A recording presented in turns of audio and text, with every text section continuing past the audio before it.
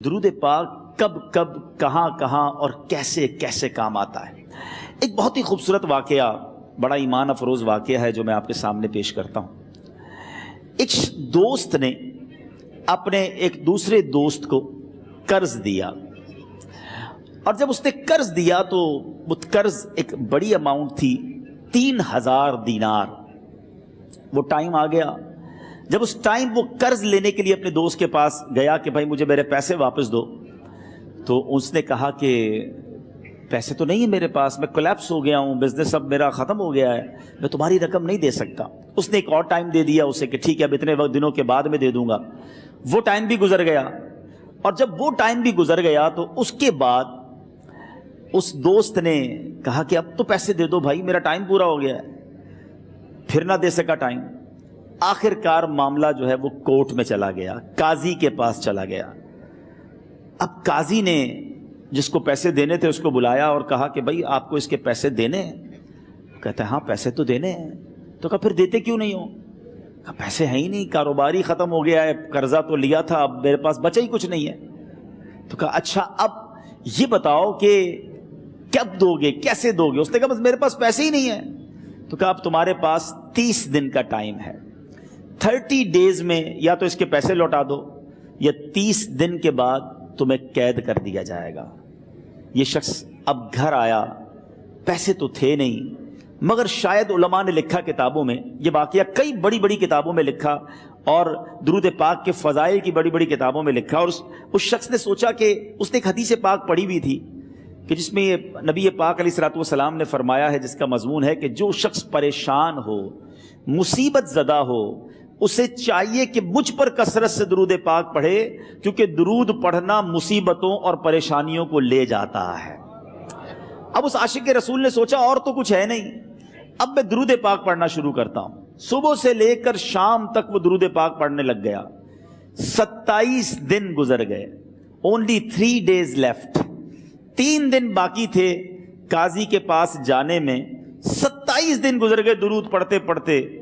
جب 28ویں رات آئی تو آنکھیں تو بند ہوئیں، مگر خواب میں اسے ایک آواز آئی، گھبراؤ نہیں، تمہارا قرضہ ادا کر دیا جائے گا، تمہارا مسئلہ سالو ہو جائے گا۔ صبح اٹھتا ہے، درود پاک پڑھ رہا ہے، مگر کہتا ہے یہ آواز سے تو مسئلہ حل نہیں ہوگا، پیغام کیا ہے اسے سمجھ نہ آیا۔ 28واں دن گزر گیا، 29ویں رات آ گئی، مگر اب آنکھیں بند ہوئیں اور قسمت جاگ اٹھی۔ نبی پاک صاحب لولاک صلی اللہ تعالیٰ علیہ وسلم خواب میں تشریف لائے، اور پیارے آقا صلی اللہ تعالیٰ علیہ وسلم نے فرمایا گھبراؤ نہیں، علی بن عیسیٰ وزیر کے پاس جاؤ، وہ تمہارا قرضہ ادا کر دے گا۔ اب یہ عاشق رسول صبح اٹھا تو ویری فریش، حشاش بشاش کہ اب تو کام ہو گیا، نبی پاک نے خواب میں آ کر بشارت دی ہے۔ مگر پھر ذہن میں سوال آیا کہ علی بن عیسیٰ کے پاس جاؤں گا تو ثبوت کیا ہے، پروف کیا ہوگا؟ میں جا کر اس کو کہوں گا کہ میرا قرضہ دے دو تو ایسے تو قرضہ نہیں دے دینا، اور میں نے اس کو کہا کہ مجھے نبی پاک نے خواب میں کہا ہے، اور اس نے اگر مجھ سے کوئی نشانی مانگی تو میں نشانی کیا دوں گا؟ آخری دن تھا، 29واں دن تھا، وہ بھی درود پڑھتے پڑھتے گزر گیا۔ 30th نائٹ آ گئی، صبح وہ دن ہے جب عدالت میں جانا ہے۔ اب اس رات پھر نبی پاک علیہ الصلوۃ والسلام خواب میں تشریف لائے، اور آقا علیہ الصلوۃ والسلام نے فرمایا کہ علی بن عیسیٰ وزیر کے پاس جاؤ، وہ تمہارا قرض ادا کر دے گا۔ کہ حضور چلا تو جاؤں گا، لیکن اگر وزیر نے مجھ سے کوئی نشانی طلب کی تو میں کیا جواب دوں گا؟ پیارے آقا علیہ الصلوۃ والسلام نے کمال کا ارشاد فرمایا کہ علی بن عیسیٰ سے کہنا کہ تم روزانہ فجر کی نماز کے بعد 5000 بار درود پاک پڑھتے ہو، یہ راز فقط تم جانتے ہو اور تمہارا رب جانتا ہے۔ اب یہ جب صبح اٹھا تو ایک نشانی بھی مل چکی تھی۔ عدالت میں جانے سے پہلے وزیر کے دربار میں پہنچ گیا، اسے یہ ڈر تھا کہ آج پیسے نہ لوٹائے تو سزا ہو سکتی ہے۔ جب وزیر کے دربار میں پہنچا تو وزیر اپنے مشیروں کے ساتھ بیٹھا تھا۔ کہا مجھے آپ سے بات کرنی ہے۔ کہا بتاؤ کیا بات کرنی ہے؟ کہا میں ایک پیغام لایا ہوں آپ کے لیے۔ اچھا کس کا پیغام لائے ہو؟ کہا میں نبی پاک جناب محمد مصطفیٰ صلی اللہ تعالیٰ علیہ وسلم کا پیغام لایا ہوں۔ وہ عاشق رسول وزیر تھا، کہتا بتاؤ میرے آقا نے کیا پیغام دیا ہے؟ کہ حضور میں 3000 دینار کا مقروض ہوں، آج آخری دن ہے اور میرے آقا نے مجھے بشارت دی ہے کہ آپ سے کہوں کہ آپ میرا قرض ادا کر دیجئے۔ علی بن عیسیٰ کہتا ہے کوئی ثبوت ہے آپ کے پاس؟ ہے کوئی دلیل بھی ہے آپ کے پاس؟ میں کیسے مان لوں کہ آپ کو نبی پاک علیہ الصلوۃ والسلام نے بھیجا ہے؟ عاشق رسول کہتا ہے خالی ہاتھ نہیں آیا، میرے آقا نے مجھے دلیل بھی عطا فرمائی ہے، مجھے ایک ایویڈنس بھی دیا ہے، اور پروف یہ ہے حضور کہ آپ روزانہ صبح فجر کی نماز کے بعد نبی پاک صلی اللہ تعالی علیہ وسلم کی بارگاہ میں درود و سلام کا نذرانہ پیش کرتے ہیں۔ جب تک 5000 کا عدد پورا نہیں ہوتا آپ اس وقت تک کسی اور سے بات نہیں کرتے، اور اے وزیر صاحب یہ راز صرف آپ کو پتا ہے اور آپ کا رب جانتا ہے۔ اللہ اکبر! وہ وزیر تو جس کو کہے نا جھوم اٹھا، ایسا عاشق رسول وزیر تھا جو روزانہ صبح 5000 درود پڑھتا ہو، اس کی تو عید ہو گئی نا۔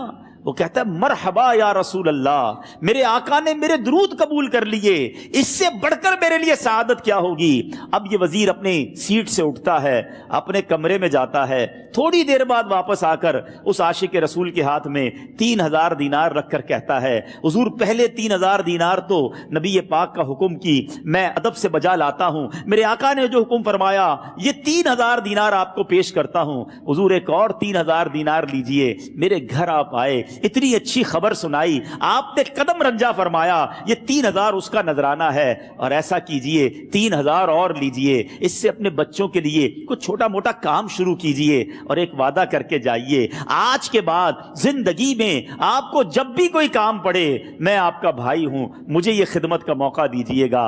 اللہ اکبر! وہ مقروض جو ایک رات پہلے 3000 دینار کا مقروض تھا، ہو سکتا ہے اس کے بیک آف مائنڈ یہ بھی چل رہا ہو کہ اب شاید کل میں نے جیل میں جا کر عدالت میں جا کر گرفتاری دے کر جیل میں جانا ہے، مگر اب 9000 دینار ہاتھ میں ہیں۔ عاشق رسول جھومتا ہوا نبی پاک کی یاد میں گھومتا ہوا اب عدالت میں پہنچا۔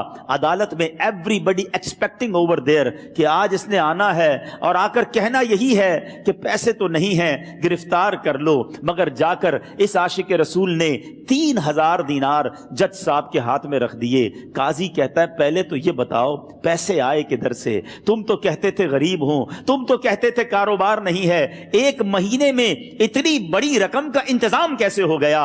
سبحان اللہ! اس عاشق رسول نے گویا زبان حال سے یہ کہا ہوگا کہ یہ تو کرم ہے ان کا، ورنہ مجھ میں تو ایسی بات نہیں، اتنا دیا سرکار نے مجھ کو، اتنی میری اوقات نہیں۔ اس نے وہ پورا واقعہ بھری عدالت میں سنا دیا۔